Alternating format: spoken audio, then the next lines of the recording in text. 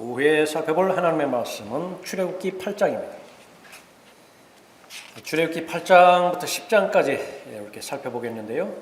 8장 1절 제가 받들어 읽겠습니다. 주께서 모세에게 이르시기를 파라오에게 가서 그에게 말하라. 주가 이같이 말하노라. 내 백성을 가게 하여 그들로 나를 섬기게 하라. 오후의 설교 제목은 마귀의 술책, 거래와 타협입니다.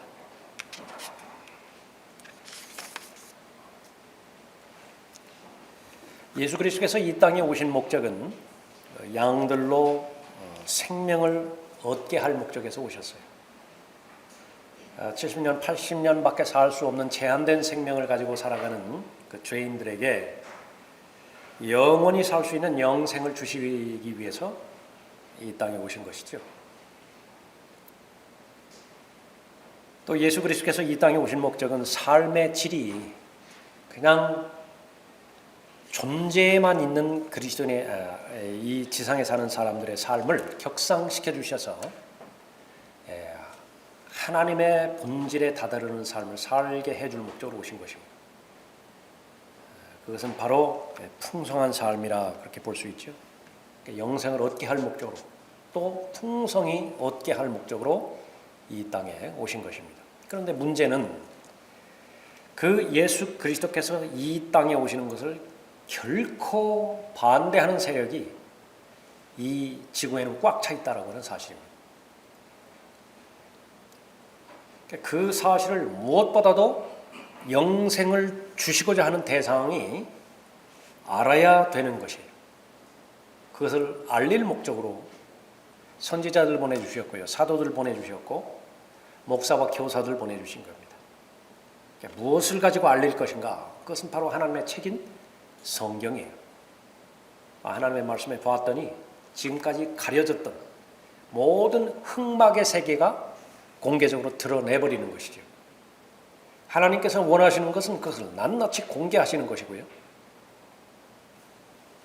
하나님의 원수, 하나님의 적들의 편에서 보면 그것이 결코 드러나지 않게 되어지기를 바라는 것이죠. 그래서 이 예수 그리스도께서 선한 목자라고 한다면 바로 사꾼에 해당되지는 사탄은 도둑질하기 위해서 다가오는 것이고 죽이고 멸망시키기 위해서 다가오는 것입니다. 인생의 전부가 70년, 80년이라고 한다면 별 상관없어요. 그러나 문제는 그것으로 끝나지 않는다라고 하는 것에 있는 것이죠. 그러니까 예수 그리스도께서 이 땅에 오셔서 바로 십자가에 달려 돌아가심으로 인해서 스스로의 죽음을 통해서 자신의 생명을 내어놓으셨죠. 그것을 값없는 선물로 주신 것입니다. 그런데 그 승천하시면서 예수 그리스도께서 원하시는 것이 있습니다. 그것은 뭐냐면 예수 그리스도를 통해서 생명을 얻게 되어지는 사람이 현실적으로 이 지구상에서 살아가는 것인데, 세상의 한복판에서 살아가는 것인데 세상에 속하지를 않기를 바라시는 것입니다. 내가 기도하옵는 것은 아버지께서 그들을 세상에서 데려가시라는 것이 아니었고 그들을 악에서 보호해 주시라는 것이옵니다. 하늘나라에는 악이 존재하지가 않죠. 더러움이 없어요. 그러니까 구원받은 하나님의 자녀들을 바로 데려가시면 가장 좋은 상태겠죠. 반면에 이 세상이라고 하는 것은 악으로 가득 차 있어요. 그런데 이 악으로 가득 찬 세상의 한복판에 내어놓으시면서 원하는 것은 바로 악에게 악에서 보호해 주시라는 것이라 말씀하죠. 내가 세상에 속하지 아니한 것 같이, 그러나 33년 반 동안 사셨잖아요. 세상에 위치적으로 거하시면서 그러나 세상에 속하지는 않으셨어요. 그런 것 같이 그들도 세상에 속하지 않사옵니다. 아버지의 진리로 그들을 거룩하게 하여 주옵소서. 아버지의 말씀은 진리니이다. 결론은 바로 아버지의 진리의 말씀으로 그것이 가능하다 그렇게 말씀하는 것이죠. 이 세상은 계속해서 시간이 가면 갈수록 무한 경쟁 시대로 치닫고 있습니다. 하나만 살아남아요. 하나만. 그러니까 여기에서 두려워하지 않을 사람이 없죠. 생존 자체가 힘들죠. 그리스도인의 생존 자체가 힘들어요. 일반 사람이라 하더라도. 그럼에도 불구하고 그리스도인이 그리스도인답게 살아가야 되는 것입니다. 과연 그것이 가능한 삶이겠는가? 사람은 이제 타협을 하기 시작합니다. 그래서 명목상 그리스도인이에요. 그렇지만은 그냥 세상 방식대로 살아가는 것을 선택할 수 있고요. 세상은 어차피 악한 것이니까 아예 회피해서 나는 세상으로부터 몸도 담지 않겠다. 교회만 살아요. 교회만 나온다. 교회만 나와. 또 하나의 또 마귀가 노리는 그 계략과 책략에 희생된 사람이죠. 그 옛날에 그 중세 시대 때 있었던 수녀원 짓고 수도원 짓고 그래서 거기서 세상과 담을 쌓고 살았던 사람입니다. 그러면 그렇다고 해서 그 사람들이 그 거룩한 그 삶이 보장될 수 있는 것이냐? 그거는 보장해주지 못하는 것이죠. 교회 와서는 교회에서 그렇게 교회 방식대로 살고 또 세상에서는 세상 방식대로 그렇게 사는 것. 그것도 역시 마찬가지로 극복해야 될 과제인 것입니다. 오늘 본 말씀을 통해서 바로 거래, 타협, 이것은 도둑으로서 이 땅에서 하나님의 사람들을 도둑질해가고 죽이고 멸망시키려는 목적으로 다가온 이 마귀의 계략들을 그대로 드러내주는 그런 그 원리들입니다. 인생을 살아가는 데 있어서 타협으로 가득 차 있어요. 거래로 가득 차 있습니다. 그리스도인은 힘이 있어야 살아가는 것인데 그러니까 진리로 말미암는 힘입니다. 악으로 밝혀진 것에 대해서는 악으로 밝혀진 것에 대해서 강하게 내가 저항해야 되겠다. 저항력이에요. 그 저항력을 잃어버릴 때에 이제 타협하게 되는 것입니다. 또 하나님께서 알려주신 진리죠. 그 진리를 사랑하고 진리대로 실행하고자 하는 강한 열정이 있죠. 그 열정이 식어져 버릴 때 또 이 마귀가 제안하는 타협, 이 거래에 그렇게 흘러 가버리게 되는 것이죠. 그래서 우리 다니엘 그 공부하고 있죠. 그 다니엘과 그 세 명의 히브리인들 아주 절체절명의 위기에서 계속 결정해야 되고 선택해야 되는 연속이었습니다. 그때에 어떤 결정이 타협하는 것이고 어떤 결정이 타협하지 않는 것인가, 그것을 각 개인의 관점에서 말씀과 기도를 통해서 다 찾아내야 돼요. 개인에게는 형성된 믿음의 분량이 있죠. 그 믿음의 분량에 따라서 늘 살아계신 하나님 앞에 자신의 모든 상황과 여건을 아뢰고 무엇을 결정해야 되는 것인지, 또 무엇을 결정해서는 안 되는 것인지 그것을 하나님으로부터 답을 얻어야 되는 것입니다. 그 부분들을 잃어버린다고 한다면 바로 마귀의 술책에 넘어가게 되어지는 것입니다. 네 가지로 본문 말씀을 통해서 살펴보도록 하죠. 오늘 본문에서는 이제 하나님께서 모세를 이집트로 보내신 장면이죠. 목적은 무엇입니까? 이집트의 노예로 살아왔던 이스라엘인을 하나님께서 마련해 주신 약속의 땅, 카나안 땅으로 옮기는 거예요. 그러기 위해서는 첫 번째로 그 노예를 주관하고 있는 이집트 왕 파라오가 보내야 됩니다. 그 파라오는 마귀를 상징하죠. 이집트에서 살고 있는 이스라엘인들, 노예 신분으로서 살아가고 있는 이스라엘인들은 바로 이 시대를 살아가고 있는 그리스도인들을 예표하고 있는 것이에요. 그러니까 하나님과 마귀와의 전쟁에서 이제는 하나님께서 친히 백성을 하나님께서 보내신 구원자 모세를 통해서 하나님의 약속의 땅으로 옮기기 위한 모든 과정들이 지금 진행 중에 있는 것입니다. 우리도 역시 마찬가지죠. 이 세상의 신이 믿지 않는 자들의 마음을 어둡게 해버리는 거예요. 그래서 하나님의 진리가 무엇인지, 하나님께서는 너무나 순수한 목적과 동기로 사랑을 주시잖아요. 그런데 그것을 다 거래로 바꿔버려요.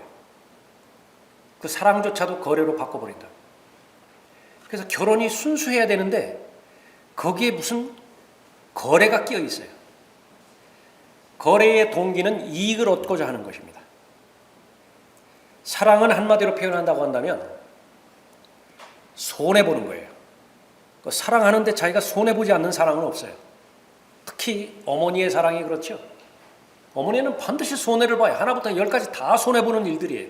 무슨 대가를 바라보고서 자녀들을 돌보는 것은 없습니다. 교회 역시 마찬가지죠. 교회는 사랑으로 충만한 곳이에요. 가정도 마찬가지죠. 그러나 이 부분에서 잘못되면 어떻게 되면 다 거래해요. 목사와 성도 간에 거래가 이루어지고요. 성도와 성도 간에 거래가 이루어진다. 그래서 이익이 계산이 되어지면 무엇인가가 행하지만은요, 그것이 발견이 안 되어졌을 때는 이야기가 달라지는 것입니다. 그런데 그 배후에는 모두가 다 마귀가 도사리고 있는 것입니다.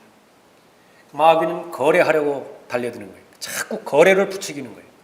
타협안을 제시하는 것입니다. 반면에 하나님께서는요, 가장 귀한 예수 그리스도를 어떤 조건도 없이 바로 사자의 먹이로 주신 거 아니에요. 또 어떠한 조건도 없이 죽음에 내어주셨고 또 구속주로서 희생제물로서 주신 것입니다. 그 하나님의 사랑을 그대로 간직하기 위해서는 마귀가 제시하는 어떠한 거래에 대해서 마귀가 제안하는 어떤 타협에 대해서도 분별력을 가지고 그것을 잘 대처해 나가야 되는 것입니다. 계속해서 내 백성을 가게 하라고 하나님께서 말씀하셨지만 파라오는 계속 거절하고 있죠. 그때마다 하나님께서는 심판하고 계시는 것입니다. 그러자 마침내 파라오가 이제 모세에게 그 이스라엘 백성을 가게 하겠다고 그렇게 제안합니다. 그런데 가게 하기는 하겠는데 계속 조건을 걸어요. 이 조건에 맞춘다고 한다면 내가 가게 하겠다. 그것이 아주 강력하게 예표하는 것은 여러분들의 하루하루의 삶인 것입니다. 첫 번째 살펴보죠. 첫 번째 거래는 바로 이 땅에서 희생제물을 드리라 라고 하는 것입니다. 8장 25절 보십시오. 그러자 파라오가 모세와 아론을 불러 말하기를 너희는 가서 이 땅에서 너희 하나님께 희생제를 드리라 하니 모세가 말하기를 우리는 그렇게 하는 것이 합당치 아니하니 이는 우리가 이집트인들이 가증히 여기는 것을 주 우리 하나님께 드릴 것이기 때문이니이다. 보소서 우리가 이집트인들의 가증히 여기는 것을 그들의 목전에서 희생제로 드리면 그들이 우리를 돌로 치지 않으리이까. 우리가 3일 여정으로 광야로 들어가서 주께서 우리에게 명령하시는 대로 주 우리 하나님께 희생제를 드리리이다 하니 이집트에는 섬기는 많은 신들이 있었죠. 무슨 아피스 신 포함해가지고 여러 가지 신들이 있었습니다. 이집트인들은 그 신들에게 제사 지내는 거예요.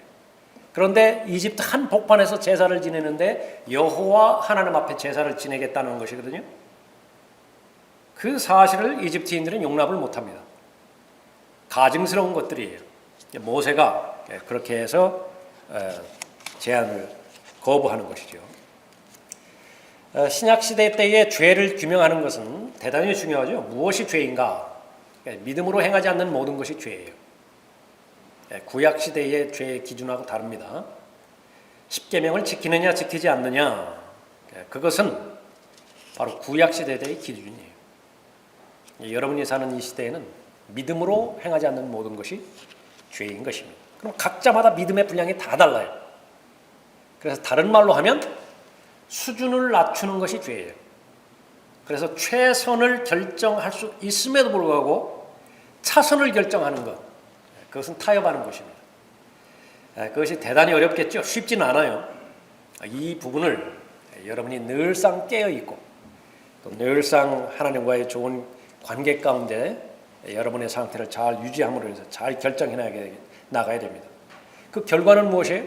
여러분이 차선을 결정하면 차선의 삶밖에 살 수 없기 때문에 그래요. 최상의 것들 결정하면 여러분은 베스트로 가장 좋은 것들을 분별하는 분별력 가운데서 가장 귀히 살 수 있다라고 하는 것입니다. 파라오의 말이죠. 너희는 너희 하나님을 섬길 수 있다. 그러나 하나님을 섬기기 위해서는 굳이 너희들이 처한 이 이집트를 떠날 필요는 없다. 바로 이곳에서, 여기에서 하나님을 섬기라. 그렇게 언급하고 있는 것입니다. 사탄이 제시하는 것은 하나님과 세상 모두가 다 소유할 수 있다라고 그렇게 말하는 것이죠. 성경에서 일관적으로 사탄에 대해서 드러내주는 것은 거짓말쟁이에요. 사탄이 처음 인간에게 접근했을 때에 거짓말쟁이로 등장을 하죠. 그 말 가운데 70%, 80%는 사실을 말하는 거예요. 그러니까 20%, 30%가 사실이 아닌데 그것을 섞어놨을 때 그것은 전부가 다 거짓말이라고 하는 것입니다. 처음에는 한 길로 가다가 양 갈래길이 나왔습니다.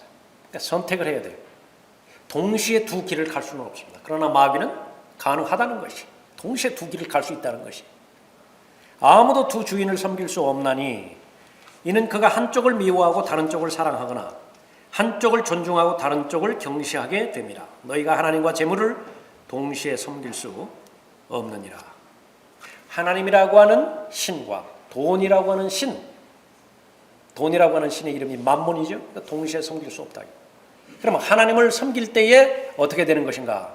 그러니까 돈이라고 하는 것은, 물질이라고 하는 것은 아주 유용한 종이 될 수 있어요. 너무나 좋은 도구가 잘 되어질 수 있는 것이죠. 그러니까 반대로 되어짐이 이제 어떻게 되는가? 하나님이 도구가 되는 거예요. 다시 말하면 거래의 대상입니다. 타협의 대상이에요. 초신자 때는 다 건너갈 수 있는 것이지만은요, 믿은 지 어느 정도가 됐음에도 불구하고 계속 하나님을 거래의 대상으로 본다. 이거 해주면은 얼마, 엄마 아빠가 용돈 주잖아요. 그러니까 그것 때문에 계속 거래한다고요. 거래. 그것은 어린아이 때예요. 하나님도 마찬가지죠. 우리가 하나님을 섬기고 하나님과 동행하는 것은 아들의 신분이기 때문에 그렇습니다. 아들은 뭘 바라지를 않아요.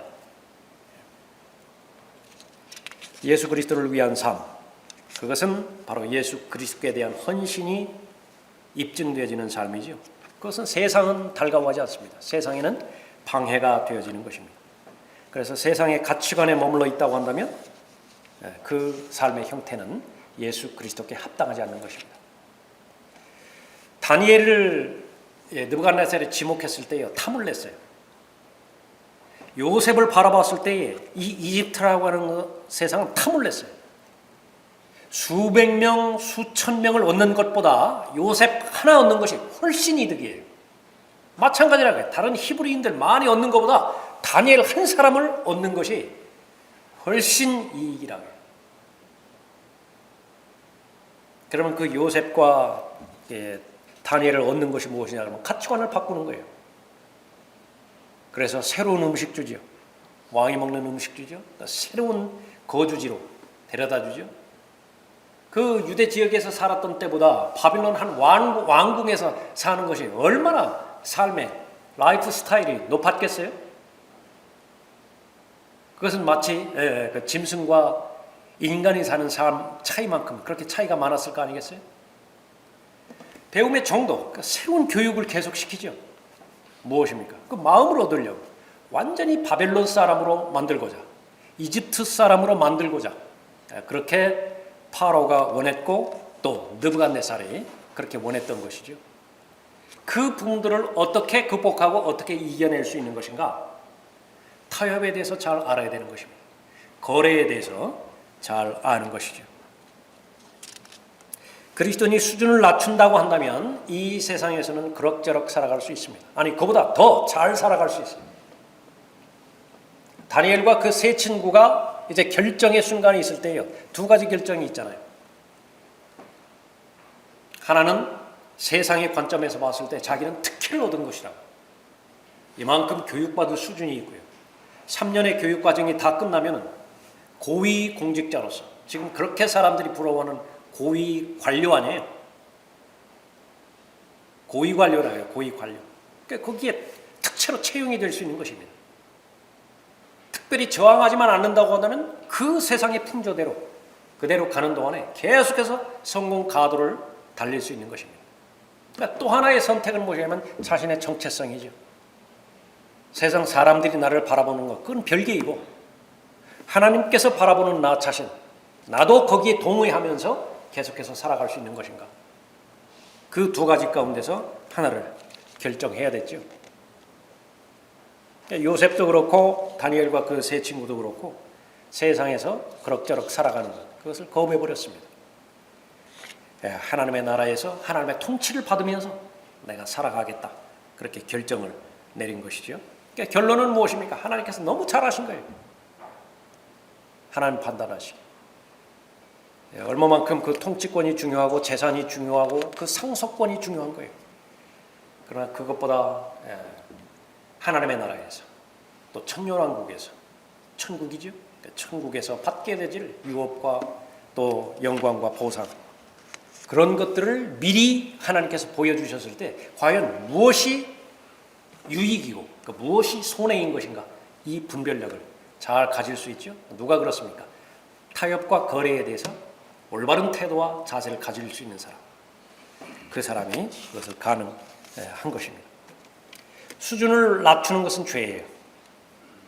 마귀가 원하는 것입니다. 믿지 말라는 거 아니라고요. 다만 최선만큼은 선택하지 말라. 차선 괜찮지 않느냐. 사람들이 말하는 것처럼 not bad, 그건 나쁘지 않은 거, 그거 하라. 마귀는 그것을 선택하는 데서는 관여하지 않아요. 그러니까 하나님께서는 하나님의 자녀가 절대로 차선의 삶을 산다든지 그저 나쁘지 않은 삶을 산다든지 거기에 만족하시는 분 아니죠. 최선의 삶을 잘 살아야 되는 것입니다. 수준을 낮추도록 요구하는 것, 마귀가 주는 거래요, 마귀가 주는 술책입니다. 두 번째 거하는 것은 바로 가까이 거하라라고 하는 것입니다. 28절 보십시오.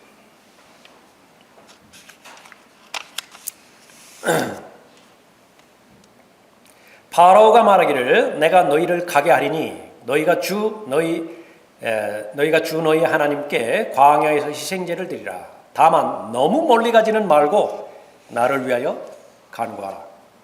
여기서 하나님을 경배하라, 그 타협안이 거부가 되니까요. 두 번째로는 가기는 가라, 그러나 너무 멀리 가지는 말라, 그렇게 말하는 것입니다.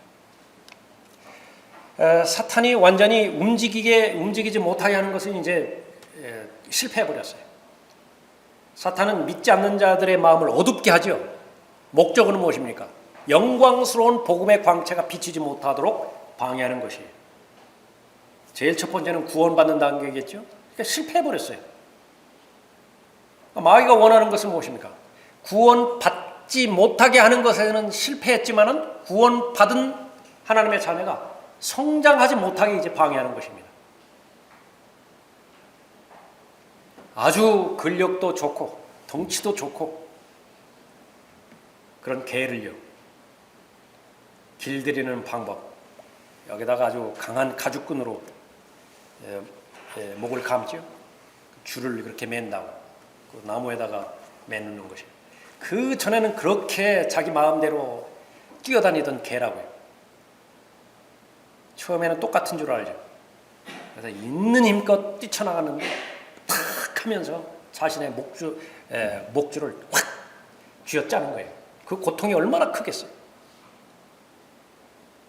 거기에서 포기하지 않죠. 몇 번 더 시도를 한다고요. 그러나 이제는 포기할 때가 있어요. 아무리 해봐야 내가 움직일 수 있는 경계는 줄 길이, 그 안에서만 움직일 수 있다라고 하는 것을 이 개가 터득을 해요. 그 안에서만 맴돈다고요. 그 다음에 여러분이 아시는 것처럼 그 줄을 풀어놔도 그 거리 이상 나가지를 않아요. 마귀는 다니엘보다 더 현명하죠. 각 사람의 가장 약한 부분, 가장 탐닉하는 부분, 그 부분들을 정확하게 알아차리고 그 가장 약한 부분들을 끝까지 놔주지 않는 것입니다. 무언가 해보려고 계속하다가 결국은 마침내 최상한 선에서 마귀가 그것을 당겨버리죠. 그러니까 지금까지 쌓아놨던 것이 그대로 무너져버리는 거예요. 다음번에 또 반복이 된다고요. 그 선까지 올라가는데 또 마귀가 그냥 놔둬요. 하라고 그냥 놔둔다고요. 왜? 마귀는 그 선을 안다고요. 그 선을. 거기까지 올라갔을 때에 또 밑둥을 쳐버린다고. 그럼 역시 마찬가지로 또 처음 위치로 돌아가게 되어 있는 것입니다. 어떤 사람이 거기에서 계속 머무르게 되는 것입니다. 이 두 번째 마귀가 주는 거래, 두 번째 마귀가 제안하는 타협에 받아버렸어요. 거래해버렸어요. 그냥 흥정으로 끝내버렸어요. 거기까지입니다. 그 사람이 죽으면 하늘나라에 갈지는 몰라요. 구원받았다니까. 그러나 이 세상에서 살아가는 동안에 하나님께서 마련해 주시고 예배해 주신, 하나님을 기뻐하고 하나님을 즐거워하고 성령 하나님께서 예배해 주신 그 아름다운 무엇과도 그렇게 바꿀 수 없는 성령의 열매들을 경험해 보지 못해요. 비참한 것이지요. 사탄은 그리스도인들이 세상 사람들이 살아가는 방식대로 세상에서 살아가기를 원하는 것입니다. 그러나 틀림없는 사실이 있어요. 구원받았다고 한다면 세상 사람들로부터는 인정받지 못해요. 그것을 알아야 되는 것입니다.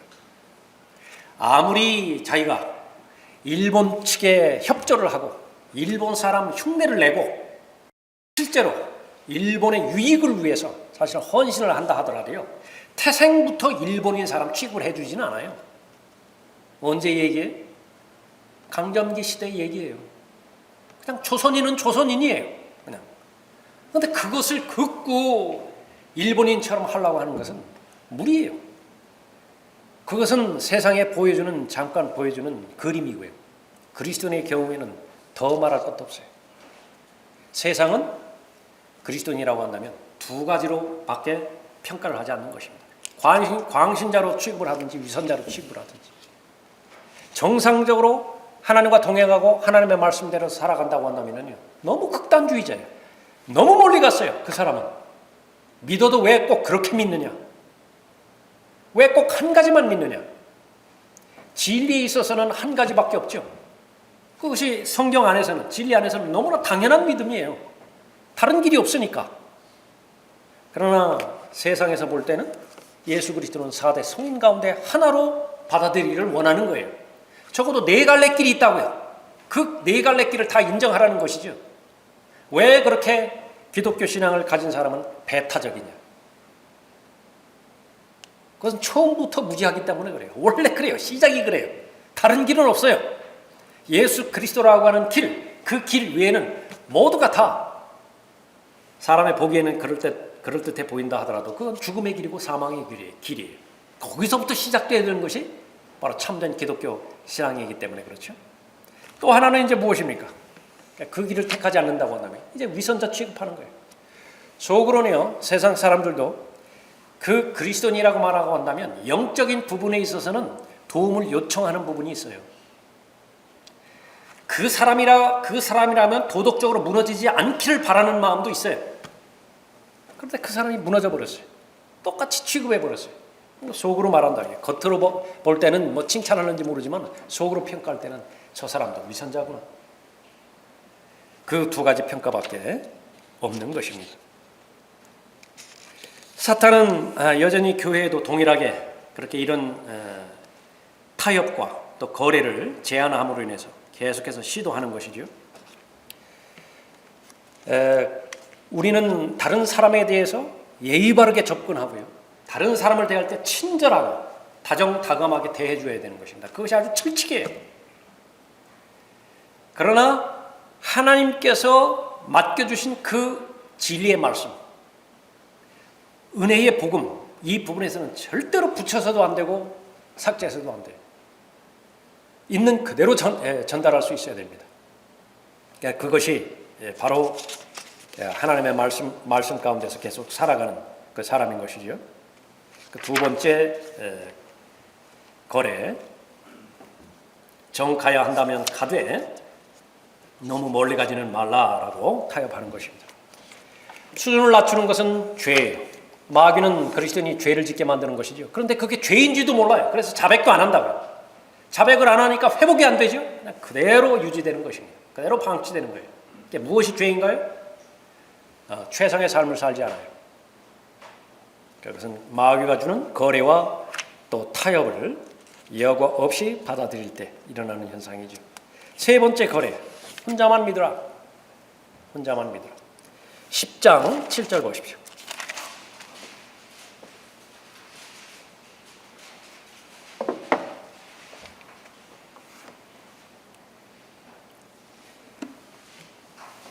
(10장 7절) 파라오의 신하들이 그에게 말하기를 얼마 동안이나 이 사람이 우리의 올무가 되리이까. 이 사람들을 가게 하여 그들로 주 그들의 하나님을 섬기게 하소서. 왕께서는 이집트가 망하는 것을 아직도 알지 못하시나이까. 이 거부할 때마다 하나님께서는 계속 재앙을 퍼부으시죠. 그래가지고 못 살게 했는 거예요, 이 이집트인들이. 그러니까 이 강요들이, 참모들이 파라오에 와가지고 하소연하는 것입니다. 그냥 내보내시죠. 내보내시죠. 아주 이제 더 이상 못 살겠습니다. 8절에 모세와 아론을 파라오에게 다시 데려오니 파라오가 그들에게 말하기를 가서 주 너희 하나님을 섬기라.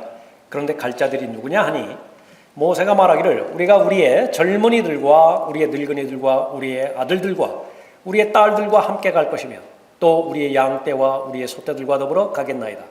이는 우리가 주께 명절을 지켜야 하기 때문이니이다 하더라. 파라오가 그들에게 말하기를 내가 너희를 가게 하고 너희 어린 것들을 가게 하는 것처럼 주께서 그렇게 너희와 함께 계시게 하라. 조심하라. 이는 악이 너희 앞에 있음이라. 그렇게는 안 되나니 이제 너희 남자들만 가서 주를 섬기라. 그것이 너희가 바라던 것이니라 하더라. 그러자 그들이 파라오의 면전에서 쫓겨나니라. 남자들만 가서 하나님을 섬기고 나머지 가족은 남겨두라라고 하는 것입니다. 정말로 하나님을 위해서 살고 싶으면 그렇게 하라. 그러나 주변 사람은 건드리지 말라. 인식하든 인식하지 않든지 간에 마귀가 원하는 것은 그 사람이 관여하고 있는 가족들이에요. 그 사람이 관여하고 있는 교회입니다. 아주 그것이 타켓이에요. 타켓. 마귀의 목표는 가정을 파괴시키는 것이고요. 마귀의 목표는 하나님의 피로 사신 교회를 무너뜨리는 것입니다. 그러니까 무엇을 통해서 무너뜨리는 것이냐? 동일하게 믿음이 성장하지 못하게 만드는 것입니다. 그 가운데 하나는요, 먼저 된 자들이 있다고요. 먼저 된 자. 그 사람은 어느 순간 보니까 나중이 돼버렸어요. 나중된 자들이 먼저 돼버렸어요. 그런데요, 먼저 된 자가 나중됐을 때에 그 영적인 질투와 시기를 감당하지 못합니다. 그것이 해결되지 않은 상태에서는요, 정상적인 그리스도인의 삶을 살아내지를 못해요.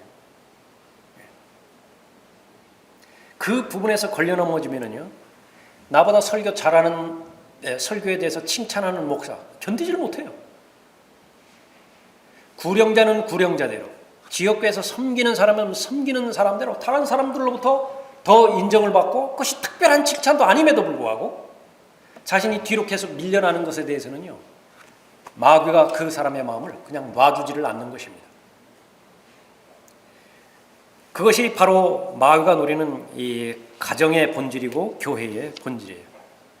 그 가운데서 자녀들, 세상은 자녀들을 빼앗기 위해서 혈안이 됐어요. 느부갓네살은 반드시 바벨론 사람으로 만들고야 맙니다. 파라오 역시 마찬가지예요. 반드시 이집트인으로 만들고야 말아요. 그래서 이집트를 위해서 충성하게 만들고 바벨론을 위해서 충성하게 만들고요. 그래서 이집트인으로, 바벨론인으로 그 생애를 마감하게 만든다고요. 그러기 위해서 동원할 수 있는 모든 것들은 다 동원시키는 것입니다. 교회도 역시 마찬가지입니다. 왜 구원받은 다음에 로마서 12장에서 제일 먼저 자신의 몸을 하나님 앞에 드리는 것을 강조한 것이냐? 우선적으로 하나님의 뜻을 알라는 것이죠.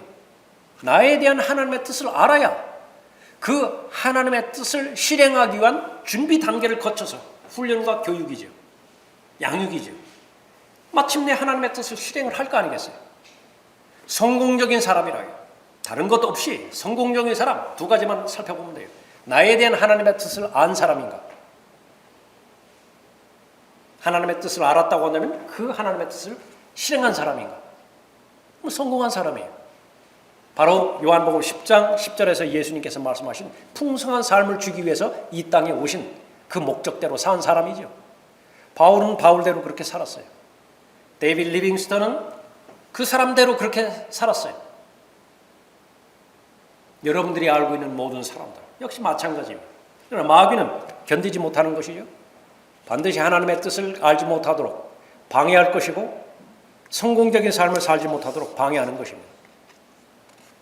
그 가운데 하나, 초신자들을 노리는 것입니다. 교회에서 초신자들을 노리고요, 가정에서 자녀들 노리는 것입니다. 어릴 때부터 자녀들에게 성경에서 원칙 가운데서 아주 굵은 선이 있죠. 그것을 계속해서 제시하는 것은 가장 안전하게 자녀를 보호해 줄 수 있는 비결입니다. 궁극적인 목적이 있는 것인데 빨리 부모로부터 자녀를 독립을 시켜야 돼요. 빨리, 가능하면 빨리 독립을 시켜야 되는 것입니다. 그래서 자녀 스스로 하나님의 말씀을 통해서 하나님과 교제하게 만드는 거예요. 성공한 삶이에요. 스스로 자기 시간 관리할 수 있고요, 스스로 자기 물질을 관리할 수 있다. 그게 다 어디로부터 온 것인가? 하나님께서 주시는 지혜와 하나님께서 주시는 말씀의 원리 가운데서 그대로 행해 나가죠. 성경은 보장해 주고 있어요. 그 사람은 세상에서 절대로 초라하게 살지 않습니다. 궁핍한 하나님의 자녀가 없어요. 그런 사람들 가운데서는 마귀가 던져주는 것은 무엇인가? 바로 그 부분들을 포기하라. 자녀들 포기하고 너희는 남자들만 가서 하나님 섬기고 나머지 가족은 남겨두라, 그렇게 말하는 것이죠. 성경에서 또 신약 성경에서도 언급하는 것 가운데 남자라고 하는 그 신분, 가정에서 인도하는 자리에 있어야 되죠. 그래서 이 유대인들은요, 자기 아버지 소개할 때 저의 아버지이자 반드시 그 다음에 오는 말이 무엇이라고요? 저의 선생님이신 이분은, 그렇게 한다고. 주일학교 그 학생들을 주일학교 교사들에게만 맡겨놓으면 그거는 말이 안 돼요. 주일학교 교사가 일주일에 한 번 나와서 뭘 얼마나 가르쳐 주겠어요. 그러니까 반드시 부모가 자녀들을 양육해야 된다. 특히 아버지들. 그 부분을 위해서 교회가 또 기도해야 되는 것입니다. 그래서 이 세상으로부터 분리되어서 가정을 인도할 때에 하나님의 자녀들, 모든 가정의 구성 요소인들을 의의 길로 인도할 수 있어야 되죠. 이는 남편이 아내의 머리됨이 그리스도께서 교회의 머리됨과 같음이라. 그는 몸의 구주시니라. 이것이 하나님께서 도우시지 않는다면 어떻게 가능하겠어요? 하나님께서 지혜를 주시지 않는다고 한다면, 또 하나님께서 간섭해 주시지 않는다고 한다면 어떻게 가능하겠습니까?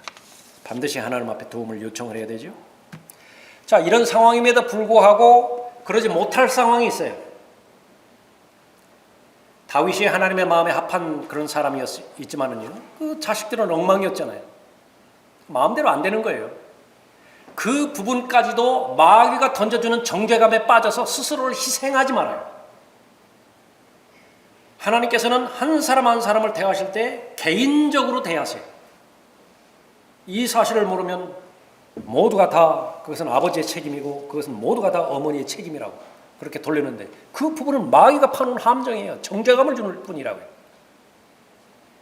어떻게 하는 것이냐? 내가 할 수 있는 영역이 있잖아요. 그 영역을 다 하고 나머지는 기도로 하나님 앞에 맡기는 것입니다. 여러분 가운데서 또 남편이 가정을 이끌지 못하는 가정도 있죠. 그 부분에 대해서 마귀가 던져주는 비정상적인 생각에 사로잡혀서 그러자라도 아까운 시간을 낭비하지 마세요. 요즘 사람들이 말하는 감정 낭비, 거기에 휩쓸리지 마세요. 분명하게 하나님 앞에서 자신의 위치를 가다듬고 하나님께서는 분명하게 확신을 주실 것이라, 그 영역 안에서 기도하고 할 수 있는 영역 안에서 말씀으로 돕고 또 그렇게 하면 되는 것입니다. 자, 수준을 낮추는 것은 죄죠. 마지막 네 번째로 청지기의 삶을 포기하라는 것입니다. 10장 24절 보십시오. 10장 24절. 파라오가 모세를 불러 말하기를 너희가 가서 주를 섬기되 너희의 양떼와 소떼는 남겨두고 너희 어린 것들은 너희와 함께 가라 하니 모세가 말하기를 당신께서 우리에게 희생제물과 번제물도 주셔야 우리가 주 우리의 하나님께 희생제를 드릴 수 있나이다. 우리의 가축도 우리와 함께 가야 하리니 한 마리도 뒤에 남길 수 없나이다. 이는 우리가 그 중에서 취하여 주 우리 하나님을 섬겨야 하며 우리가 거기에 도착하기까지는 어떤 것으로 우리가 주를 섬겨야 할 것인지 알지 못함이니이다 하더라. 좀 7개를 받았으면 3개는 좀 주었으면 좋겠구만. 안 그렇습니까? 어떻게 보면 한 마리도 양보할 수 없다고 그래요? 자, 하나님께서 보시기에 한 마리도 남기지 말라. 그러면 남기면 안 돼요. 이 말씀에 불순종했던 이스라엘의 왕이 있었죠. 누구였죠? 사울이었어요. 한 사람도 남기지 말고 다 죽이라 그렇게 말했으면요, 말씀하셨으면 그대로 해야 돼요.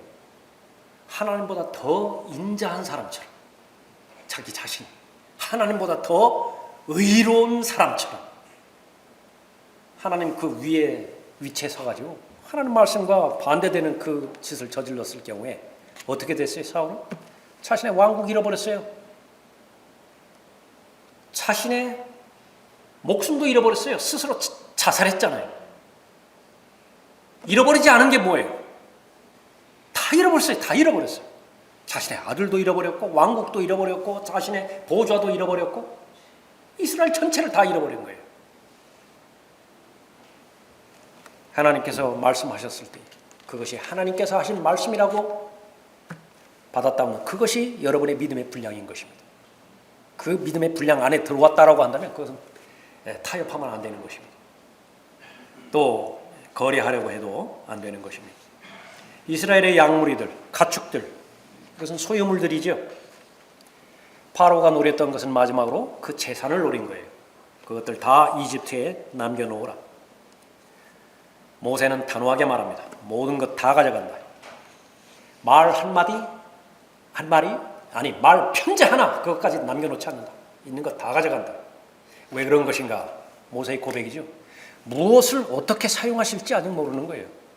하나님께서 쓰시겠다고 그거 어디 있느냐고 말했을 때 내가 관리 소홀함으로 인해서 분실해버렸다. 어디 놔두고 왔는데 그거 잊혀졌다. 그것은 책망의 대상인 것입니다. 하나님께서 나에게 주신 것들, 그것은 절대로 내 소유가 아니에요.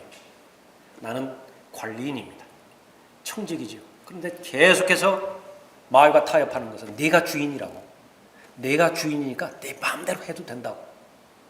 그러니까 내가 여유 부리는 거예요. 시간에 대해서도 그렇고 물질에 대해서도 그렇고 심지어 건강과 체력에 대해서도 마구잡이를 써버린다. 그러나 아니에요. 모세를 하나님께서 부르셨을 때에 40년을 계획하고 있었어요.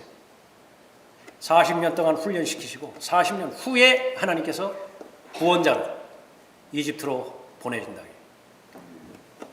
모세가 자신의 건강관리 잘 못해가지고 거기서 엉뚱한 짓 하다가 요즘 하는 것처럼 무슨 뭐 약이나 하다가 골골 해가지고 그렇게 했다고 한다면 하나님께서 어떻게 쓰시겠어요? 그리스도인은 모두가 다 청직이죠. 그리스도인들이 오늘날도 동일하게 빠지는 함정입니다. 그리스도인으로서 헌신하겠다고 한다면 헌신하라. 그러나 나머지는 세상에 남겨두라. 마귀가 제안하는 여러 가지 무수히 많은 제안들이 있습니다. 타협들이고 거래들이에요. 그것은 모두가 다 이익과 관련이 있습니다. 그러나 사랑은 결코 이익을 계산에 넣지 않습니다. 유익을 구하지 않아요. 고린도서 13장에서 사랑에 대해서 정의할 때 유익을 구하지 않는다. 반대로 하는 것마다 손해를 봐요. 내가 무엇을 행하면 다 손해를 봐요. 그럼에도 불구하고 계속 하겠다라고 하는 것이 사랑의 본질입니다. 하나님께서는 얼마만큼 손해를 보셨어요? 하나님 전체를 다 손해를 봤다고요. 하나님 자신이 죽으셨잖아요. 모든 것들을 다 주셨잖아요. 그래도 계속해서 사랑하고 계시는 것입니다. 왜 이렇게 타협하려고 하는 것인가? 하나님 믿는데 한계가 있기 때문에 그래요. 그래서 수없이 반복적으로 타이르고 또 권면하고 기억나게 하는 것입니다. 먹을 거 걱정하지 말라고, 입을 거 걱정하지 말라고. 최소한의 기본, 그것은 누구나가 다 누리는 기본적인 행복의 정도입니다. 최소량의 법칙 우리가 알고 있죠. 오래전에 다뤘습니다만 한계 효용의 법칙 알고 있죠. 그 두 가지는 반드시 알아야 돼요. 그리스도인이. 빵 3개 먹으면 충분하다고요. 4개 먹을 때부터 이제 고역이에요. 고역. 5개 먹으면 더 고역이라고요. 남는 것은 나눠주면 돼요. 나눠주면 된다고요. 그 사실을 믿지 못하기 때문에 계속해서 마귀가 세상을 통해서 육신을 통해서 주는 타협을 계속 틀켜주고 있는 것입니다. 운동 경기 경주자의 옷은요, 위에 간단한 윗도리 있고요, 아래 반바지 팬티 입으면 그냥 끝나는 거예요. 좋은 신발 하나 딱 신었다. 더 이상 뭐가 필요해요? 잔뜩 호주머니 넣고 뭐 백팩 메고 그러고서 42km 달리려고 한다. 밥 존스 시니어 목사님이 그 부분에 관련돼서 다음과 같이 말했습니다. 하나님께서는 천사들의 반을 구령자들을 먹이는 데 보내실 것이다. 먹는 거 입는 거 그거 다 챙겨주느라고 천사들이 그런데 하나님께서 사용하실 것이다. 하나님께서는 당신이 행하기를 원하시는 것을 당신이 행하며 구령을 위해 인생을 보낸다면 주님께서는 당신을 먹이실 것이고 입히실 것이며 치러야 하는 요금을 지불하실 것이다. 그렇다고 해서 번영신학 어쩌고 하는 자들이 말하는 것처럼 항상 건강하고 부유하게 되는 것을 의미하지는 않는다. 하나님께서는 당신의 욕심이 아닌 필요들을 채우실 것이다. 여러분의 믿음의 기준이 되죠. 또 여러분의 지금까지의 간증이기도 합니다. 지금까지 여러분은 얼마나 많은 타협들을 거부하고 하나님만을 바라보고 또 하나님께서 형성케 해주신 믿음의 분량에 따라서 지금까지 잘 달려오셨습니까? 정도예요. 그것이 올바로 잘 달려오신 것입니다. 들림받아 올라갈 그때까지 하나님께서 제시해 주신 그 진리의 여정, 그것은 바로 사랑의 여정이죠. 거래 때문에 하는 거 아니에요. 이익 바라보고 한 거 아니에요. 하나님이시기 때문에, 나에게 모든 것을 주신 하나님께서 말씀하신 것이기 때문에 그렇게 내가 행한 것입니다. 그 결과는 하나님께서 보장해 주신 것입니다. 가장 좋은 것들을 주실 거예요.